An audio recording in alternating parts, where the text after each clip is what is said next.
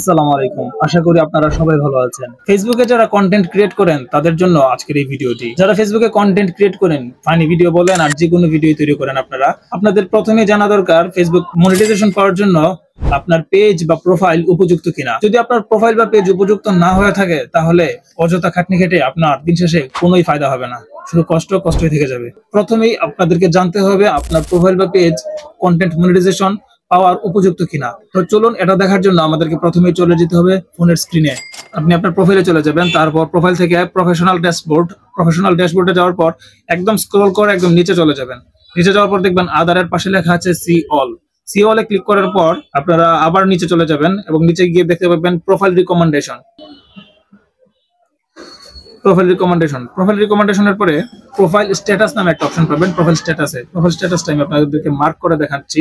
তো প্রোফাইল স্ট্যাটাসে যাওয়ার পর আপনাদেরকে যেতে হবে, এখানে আপনারা দেখতে পাবেন রিকমেন্ডেশন, মনিটাইজেশন, মার্কেট প্লেস, তিনটি অপশন চালু আছে কিনা, অ্যাক্টিভ আছে কিনা। এবং আপনার প্রোফাইলে আপনার বা পেজের প্রথমের দিকে আপনি দেখতে পাবেন আপনার প্রোফাইল পিকচার এবং সেখানে ব্লু বেজ আছে কিনা।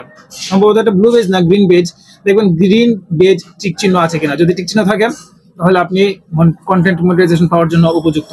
এবং আপনি যদি দেখেন এখানে রিকমেন্ডেশন অ্যাক্টিভ না এবং মনিটাইজেশন ডিসেবল দেওয়া অ্যাক্টিভ না, তাহলে আপনি প্রথমে এই ইস্যুগুলো সমাধান করবেন, তারপরে আপনি এই মনিটাইজেশনের জন্য আবেদন করবেন বা আপনি আপনার কন্টেন্ট ক্রিয়েশন চালু করে যাবেন।